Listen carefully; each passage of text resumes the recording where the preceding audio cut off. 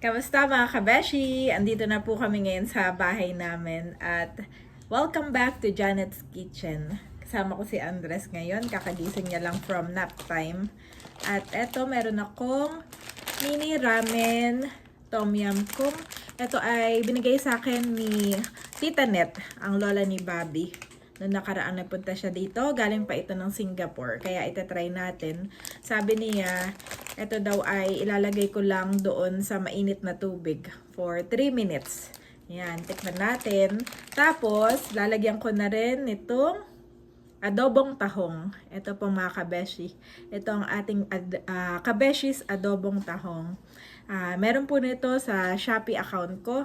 Kapag kayo ay umorder, akin na pong ipe-prepare at ipapa-ship out sa inyo. Kasabay ng mga umorder pa sa akin ng mga nakaraang araw. Salamat pong muli! Parang masama ang gising ni Andres o o gutom na. Tatry natin to. I eat it? Yes, pero si Ai, ang kakainin mo ay apple. Apple na lang? No, Ha? no. Ayaw mo ng apple? I allow. Anong kakainin ni Andres ngayon? Apple o bread? Red. Bread daw. Okay, bread. Ito ay for merienda. Actually, nagulat ako sa iyo, Andres. Nagulat po ako kay Andres at tinabihan niya po ako dito sa aking pagbablog. Siya yung naglagay ng chair niya. Tapos ay saka siya tumabi sa akin. Big boy na talaga, mga kabeshi.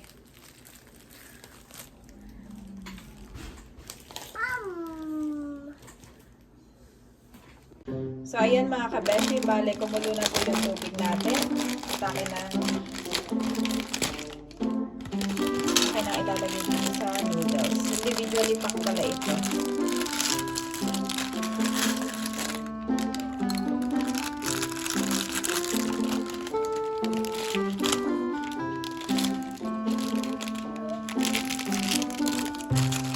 Bubuksan na natin lahat. Ito nga pala gagawin ko ay kapag first time natin ito try mga kabeshi. At first time ko rin titikman.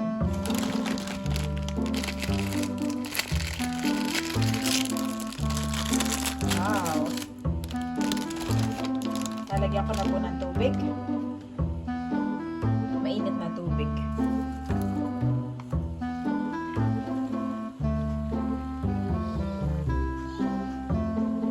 At bali, tatakpan ko lang for 3 minutes. Yan. So, ayan mga kabeshi. Dito naman sa aking pan ay iinitin ko po itong adobong tahong. Actually, ito ay kahit po i-microwave nyo na lang, pwede naman. At ito na may luto na. Yan. Ako lang ay iinitin ko at saka ilalagay ko yung aking noodles. Napakabango mga kabeshi. Lagyan na po natin. Lalahatin ko na ito. Ito po ang laman ng kabeshis adobong tahong. Wow! So yan mga kabeshis, sinahid ko na po itong ating adobong tahong. Ito yung laman ng isang bote. Ayan, pumuputok-putok. Ito po ang oil nito mga kabeshi ay premium oil ang ginamit along with other ingredients. Wow! So, ito mga kabeshi, yung ating noodles pagkatapos kong lagyan ng mainit na tubig. Yan, lumambot naman po. Bali, paglalagay ko lang si Andres, ipagbubukod ko siya ng ng walang halo. And the rest, ilalagay ko na dun sa ininit ko na adobong tahong. Mabango po itong noodles. Salamat po, Tita Net. Saka, siya. Mukha pong masarap. Mabango po siya. Bale, yung noodles ay nilagyan ko lang po ng mainit na tubig at eto na po. Actually, nakalagay naman po doon sa label na pwede mo siyang haluan kung anong gusto mo pong ihalo, katulad ng mga sardinas, yan. Oh, mga bawal kay daddy yun. Pati nga ito, i-process na rin, ay bawal na din. lalagay ko na itong noodles. Pahit. Yes. Pahit. Yes. Pahit. Ah, pansit. Opo. Sabi po ni Andres, mga kabeshi, pansit. Mami, pansit. Wow! At natin na paghahaluin. Hindi ko na isasama itong sabaw. Pinagbukod na kita na pansit. Pansit po ang tawag ni Aing. Ni Andres. At akin lang hahaluin.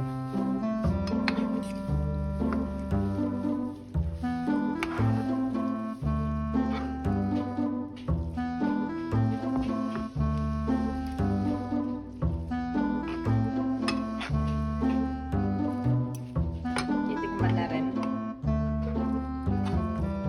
Haluin ko muna na maayos mga kabeshi.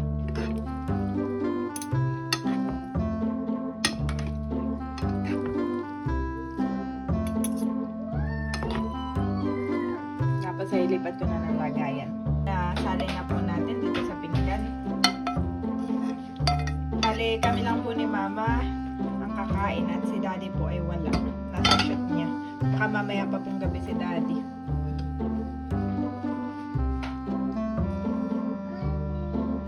Andres, pinagtira kita nitong pansit. Pansit po ang tawag ni Andres.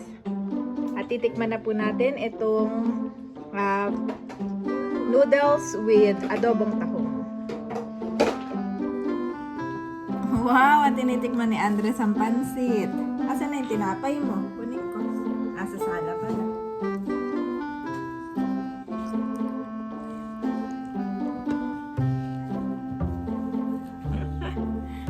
Tinapay mo.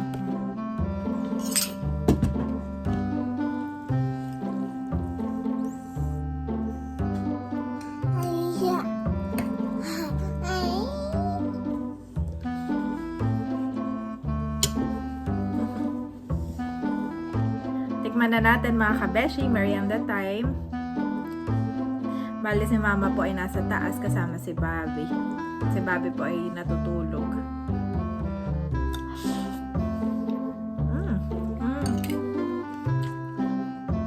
Napakasarap mga kabeshi. Sayang at hindi pwede sa daddy na ito. At si daddy mahilig po sa noodles.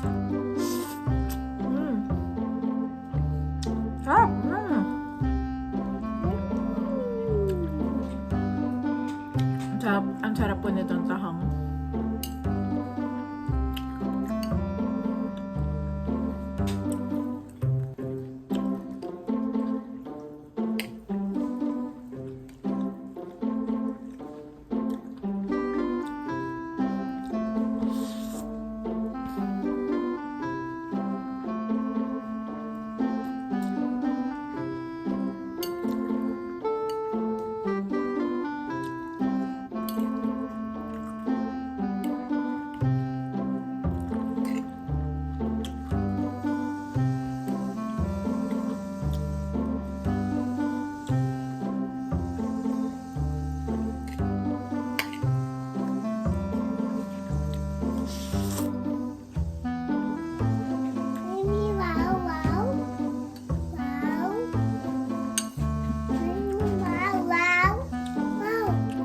Wow. Maubos ka na po agad.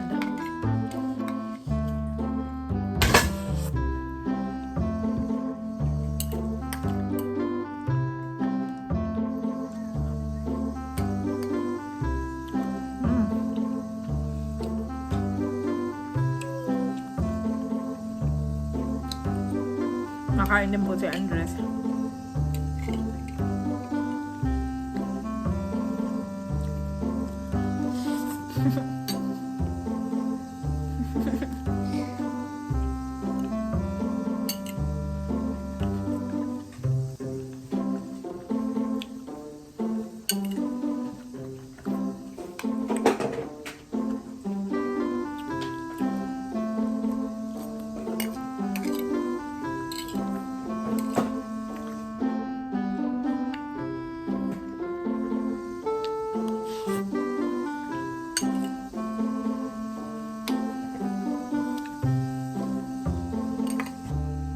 Sarap mga kabeshi, naubos ko po.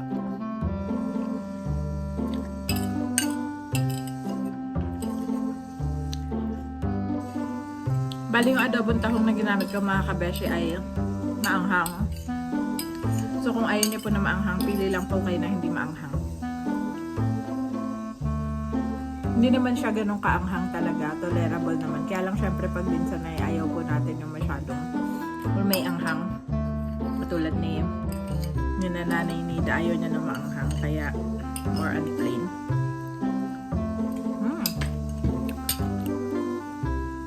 The next day. Ayan, kumusta mga ka-goat? Good morning po. Nandito ako ngayon uli sa clinic kung saan ako nagpa-check up nung isang araw. Ay kahapon po ako ay may shoot. So ngayon ako babalik. At dahil nung kami nagpunta din nga dito ni Mami Janet, ay kailangan ng fasting. So ayan, nag-fasting na po ako kagabi. Para kukunan ako ng dugo at i-check yung aking mga count ng kung ano-ano. Blood count at uric acid count. Yan. Yan, di na po kasama si na Janet. Ito yung mga bata. Yan. Pero sila yung mga gising na rin. At kakape na. Ako kasi hindi pwedeng magkape at ako nga po ay naka-fasting. Yan. Saka ito po yung malapit lang. Much later. Ayan po, nandito na ako sa bahay. Ang bilis lang. Kinunan lang ako ng blood. At yun na. Doon na yun lahat itetest. Ayun mga kabeshi, nandito na po si Daddy galing sa kanyang pagpapalaboratory. At nagbabalot agad dito sa aming kabeshis. Dahil ito ay for collection na. Oh, for collection na to. Ang dami. Dami. Ang daming bottle. No? Salamat po sa inyo. Saka may mga damit din.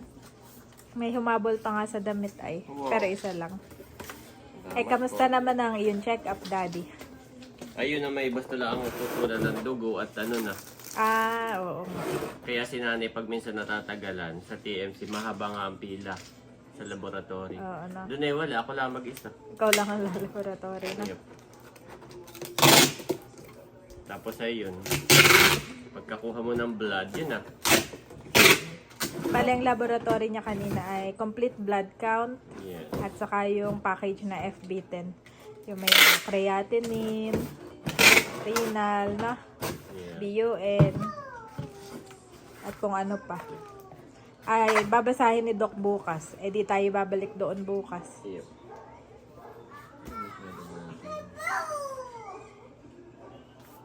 Mamaya ko na lang i-shoutout yan pag na mga nakabalot na. Thank you, Daddy. Daddy, tumawag ang Verona Security. Ay, nandiyan na daw yung magko-collect. At yan ay pinakollect na lang natin. Ay, akin mo nang i-shoutout. Ito ay Shopee Express. At dalawa na ang ating courier dito. Isang Shopee Express, isang JNT. Yan. Shoutout po muna kay Ma'am Yusil Amba of Parañaque. Siya ay umorder sa atin ng dried fish. Kay Ma'am Marian Chua of Navota City, Metro Manila. Salamat po sa pag-order ng mga bottled products. Sir Ruel Mitra of Lubao, Pampanga. Uy, lagi na order sa atin si Sir Ruel. Salamat po, Sir Ruel. Shout out po kay Sir Ramir Bautista. Yung iba'y napadala na po natin. Ito lang yung karagdagan pa niyang order. At ito daw ay dadalhin Daddy sa US. Yung ating mga bottled products.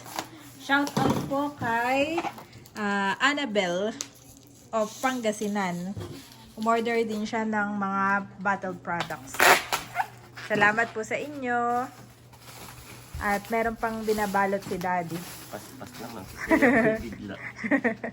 Nangarag na. Ay, hindi ko na-picturean ito, mami, before balutin. Ay, hayaan mo na. Picture mo na lang after. Out din kay Ma'am Josefino Chan of Cebu. Ayan, atin ang dadalhin yung iba sa labas. At nandun na si Kuya. Oo nga. Ayan si Kuya. Andres, wait lang ha. Kunin ko pa po yung iba sa loob. Let's go. So, ayan mga kabeshi. Waiting na lang po kami dun sa isa na lang po iyon. Ay, dalawa pa. Pati na lang, boss. Sige po. Willing to wait daw, Daddy. Ilalagay ko na itong isa pa, ha? Ayan po si Mami, tumulong na. Yes. Siya na nagbalot nung last. Yun na yung last na. Yan, shout out din po kay Sir Don Ignacio. At yan naman, Mami, ay si... Ma'am Baby Asguera of Pasay. Okay, last na yan. Last two. At itong nandito ay JNT. Yan. Salamat po sa paghintay. Yan. Paingatan na lang po kami. Salamat. Ay, Mami, yung gate. Si Andres na may para kong assistant. Ikaw naman, parang manok kami natutulog. Ito naman, Daddy, ay bound to Bulacan kay Ma'am Maria Vida Angelica. Actually, matagal na ito nakaprint pero Salamat hindi po. pa kinokollect ng JM. Ngayon daw nila i-collect. Okay. At ito naman ay kay Ma'am Erin Lopez of Santa Maria, Bulacan. JNT rin ito. Ang galing ng Shopee. Parang ang bilis nila, no? Nag-create po yung Shopee ng sarili nilang carrier. Di ba pag sinabi mong carrier, meron tayong JNT, LBC, Flash, kung ano-ano pa. Pero ngayon po, may tinatawag ng Shopee Express. Na malapit dito sa atin. Hindi, yun yung carrier nila, Shopee Express. Kaya nga. Ibig ko sabihin dati, wala naman. Oh, dito dati sa walang option. Shopee, oo. Meron ng Shopee Express pero wala pa dito sa atin noon. Ah, So ngayon ay meron na meron dito na, sa atin. oo, meron na Abot tayong na tayo dito ng ng Shopee Shopee Express. Express. Oo. So sila po talaga pag hindi mo pinarepera, kay magagahol ka agad. Kasi mabilis po sila, aggressive, no? Which is good for business, aggressive. Katulad nito, JNT, parang no isang araw pa nakaprepare hanggang ngayon, hindi pa nila nako-collect. So pagka ganun po, pagka wala pa rin, napipilitan kaming i-drop ni Mami Janet. Pupunta kami, i-drop, ganun. Sayang din oras. Ha? Yes. So yun, salamat po sa inyong pag-order, guys. God bless po sa lahat. At patuloy rin pa rin po Order kayong pa sumuporta. more. Dahil Yes. gagawa pa kami ng suka ni Daddy. Yes. Abangan Mamaya niyo po kami ang mamamalengke. Oo. Abangan nyo po ang paggawa namin ng suka ulit. Meron tayo... At ubos din naman ang suka, oh. Tatlong container. Actually, marami nagme-message sa akin. Even si na Ma'am Judith nung dumaan sa atin sa Nakara, ay wala tayong dala. Isa lang. Gusto rin nilang bumili. Yeah. So, dapat Pasensya talaga na po. dati ay meron tayong gawahan eh. Tapos pagka Ako ay tatravel, kumuha na doon sa dailies. pagka tatravel tayo, may dala ka. Kasi pag minsan may biglang subscribers. Nadadaan sa atin, biglaan Na, na oo. pupunta. Yan, Ayun. salamat po sa inyo. Nakaka-overwhelm po mga kabeshi. Salamat mga kabeshi at mga kapitik. Mami, Yes. hindi nakapitik, Ano na? ka-gout. Mga karayuma. Mga ka-gout. Salamat po mga ka-gout. Rayuma medyo mahaba eh. So mga karayuma. Ka-gout. Kasi marami Hindi po nakakare- goat, ha, gout. And the prayer offered in faith will make the sick person well. The Lord will raise them up. If they have sinned, they will be forgiven. James 5:15 Nev.